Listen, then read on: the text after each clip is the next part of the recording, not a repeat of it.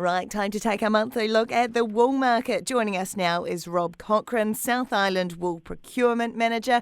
Rob, you're based in Christchurch. You'll be going along to the All Blacks tomorrow night. Good afternoon. Good afternoon, Ray. How are you? No, unfortunately, I can't go. I've got a very important birthday party, but I'll be certainly watching as much as I can on TV. Oh, good on you. What's your prediction? I think the All Blacks will do it pretty handsomely. I've got a lot of confidence after the last showing, so I think they'll go well. I hope you're right. I back your predictions on the show today. Hey, look, there was a North Island wool auction yesterday in Napier. How did that play out? It was an interesting day. There was about 7,000 bales offered, mainly second shear wool, as we see in the north. All good colour wool, drawn from right across the island, apart from the far north, of course, with the way the weather's been up there. And the market could be described as buyer's favour. It didn't go quite as well as we'd hoped, but it was a reasonable clearance. I think it was around about 18% passed in for the day, so it wasn't all bad. There's still some good depth to the demand for good wools. How are things looking in the North Island in general, Rob? North Island, there's not a lot of shearing going on, of course, at the moment, because mostly a lot of people lambing and things like that. A lot of trading hoggets being shorn, those people who are looking to take them through to slaughter later. So some of them are being shorn, but not too many ewes at the moment. It's pretty wet up there, of course, a lot of mud, which will cause some concern going forward with some of these hoggets that may be containing a lot of mud, and that might affect the colour. But generally, it's reasonably quiet.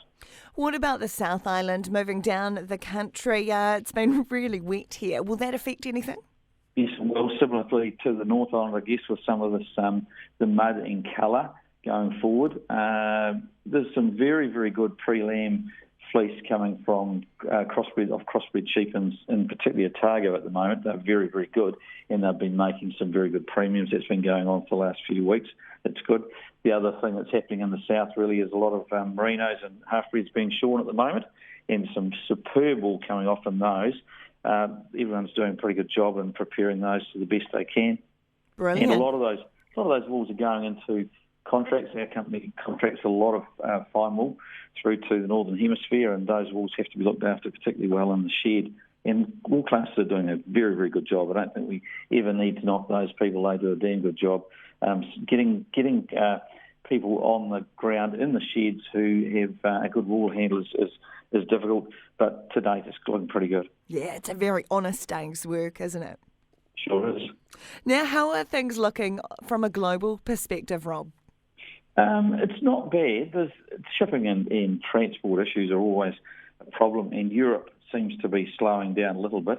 Maybe that's about the economy, inflation, all the same issues that we're facing here, and perhaps there's not probably the discretionary spending in people's pockets that they've had. So that's sort of looking a little bit more difficult. On the Asian front, or China in particular, that's pretty quiet. And India is now, becoming a major destination of New Zealand wool. So the export stats for 21-22, really indicate that India and Nepal have jumped up substantially to around 23% of New Zealand wool exports going into those countries now. So it's changing quite a lot. China may well make a comeback, and we hope they do, because they've been very important in the past. Rob Cochrane, South Island Wool Procurement Manager, thanks so much for the update. You're welcome. Thanks, Ray. And enjoy that special birthday tomorrow night. Will do. Thank you.